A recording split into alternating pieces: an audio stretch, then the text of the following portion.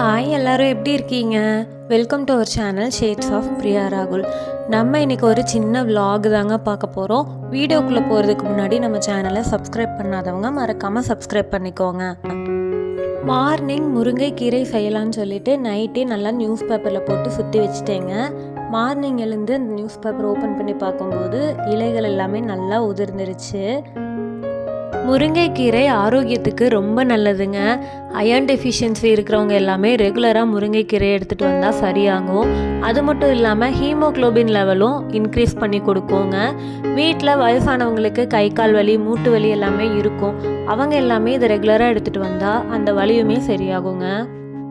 Morning பிரேக்ஃபாஸ்ட்டுக்கு முருங்கைக்கீரையே செஞ்சாச்சுங்க. மாடு கண்ணு போட்டுருந்துச்சு. ஸோ சீம்பால் எடுத்துகிட்டு வந்து நல்லா ஃபில்டர் பண்ணி வச்சுருந்தாங்க.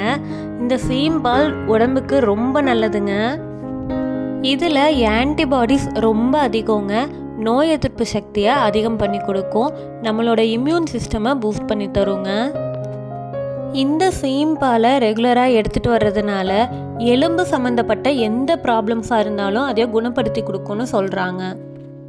இந்த சீம்பாலில் ப்ரோட்டீன் கண்டென்ட் ரொம்ப அதிகங்க. அது மட்டும் இல்லாமல் இதில் கொலஸ்ட்ரால் இருக்கும்னு நிறையா பேர் நினச்சிட்டு இருப்பீங்க. பட் கிடையாது. கொலஸ்ட்ரால் இதில் ரொம்ப கம்மியாக தான் இருக்கும். அது மட்டும் இல்லாமல் பாக்டீரியல் இன்ஃபெக்ஷன்ஸு வைரல் இன்ஃபெக்ஷன்ஸ் எதுவாக இருந்தாலுமே அதை எதிர்த்து போராடக்கூடிய சக்தி இதுக்கு இருக்குது. இந்த சீம்பால் செய்கிறது ரொம்ப ஈஸி தாங்க. ஃபர்ஸ்ட் இட்லி பாத்திரத்தில் கொஞ்சமாக தண்ணி எடுத்துகிட்டு ஸ்டவ்வில் வச்சுடுங்க. இன்னொரு பாத்திரத்தில் சீம்பாலை நல்லா ஃபில்டர் பண்ணி அது கூடவே தேவையான அளவு சர்க்கரை ஆட் பண்ணிக்கோங்க. கொஞ்சமாக ஏலக்காவும் பவுடர் பண்ணி அது கூட ஆட் பண்ணிவிட்டு நல்லா மிக்ஸ் பண்ணி விட்டுக்கோங்க. இப்போ அந்த சீம்பால் பாத்திரத்தை எடுத்து நீங்கள் ஆல்ரெடி ஸ்டவ்வில் வச்சுருக்க இட்லி பாத்திரத்துக்குள்ளே வச்சு க்ளோஸ் பண்ணிடுங்க. ½ அன் ஹவரில் இந்த மாதிரி கேக் மாதிரி ரெடி ஆயிடுங்க. சாப்பிட்றதுக்கும் டேஸ்ட்டாக இருக்கும். சீம்பால் ரெடி பண்ணி வச்சுட்டு செடிகளுக்கு எல்லாமே தண்ணி விடலான்னு சொல்லிட்டு போனேங்க. விண்டோ பக்கத்தில் மணி பிளான்ட் வச்சுருந்தேன். அது எல்லாமே நல்லா வளர்ந்து வந்துருச்சு. கொழுந்து நிறையா வந்துருந்துச்சுங்க. சரி, அதை கட் பண்ணி இன்னொரு இடத்துல எங்கேயாவது வளர்க்கலாமேன்னு பார்த்தேன். ஒயிட் கலர் பிளாஸ்டிக் கேன் ஒன்று இருந்துச்சுங்க. அதை மேலே இருக்க அந்த பாட் எல்லாமே கட் பண்ணி எடுத்துகிட்டு நல்லா வாஷ் பண்ணி எடுத்துட்டேன். இந்த கேனோட பாட்டமில் சின்ன சின்ன ஹோல்ஸ் போட்டு எடுத்துட்டேங்க. அப்போ தான் நம்ம தண்ணி விடும்போது எக்ஸ்ட்ரா இருக்க தண்ணி எல்லாமே கீழே வந்துடும். அதில் இப்போது செம்மண் கூட பித்து லைட்டாக மிக்ஸ் பண்ணிவிட்டு அந்த கேனில் ஃபில் பண்ணி வச்சுட்டேன். மணி பிளான்ட்டோட கொழுந்து பார்ட் எல்லாமே கட் பண்ணி எடுத்து வச்சுருந்தேங்க. ஆல்ரெடி அதில் ரூட்ஸ் எல்லாமே நல்லா வளர்ந்துருந்துச்சுங்க. ஸோ அதை அப்படியே எடுத்து நான் எடுத்து வச்சுருக்கேன் மண்ணில் லைட்டாக ப்ரெஸ் பண்ணி விட்டுட்டு மேலே லைட்டாக மண்ணை எடுத்து போட்டு நல்லா வச்சாச்சு. தண்ணி இதுக்கு ரொம்ப தேவைப்படாதுங்க. லைட்டாக அப்பப்போ ஸ்ப்ரே பண்ணிட்டு இருந்தாலே போதும். அது மட்டும் இல்லாமல் இந்த மண்ணு கூட நான் லைட்டாக பித்து ஆட் பண்ணியிருக்கிறதுனால நான் ஸ்ப்ரே பண்ணுற தண்ணியை அது உறிஞ்சி வச்சுக்கும். மோஸ்ட்லி எப்போவுமே ஈரப்பதமாகவே இருக்குங்க. ட்ரை ஆகாமல் பார்த்துக்கும். அதுக்காக தான் இந்த பித்து வந்துட்டு ஆட் பண்ணுறது.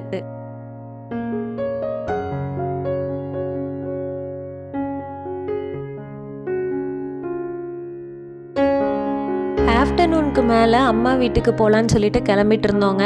நர்சரியிலேருந்து கொஞ்சமாக காய்கறி செடிகள் எல்லாமே வாங்கிட்டு வந்திருந்தாங்க. அதில் இருந்து கொஞ்சமாக அம்மா வீட்டுக்கு எடுத்துகிட்டு போகலான்னு சொல்லிட்டு எடுத்துகிட்டு போயிருந்தேன்.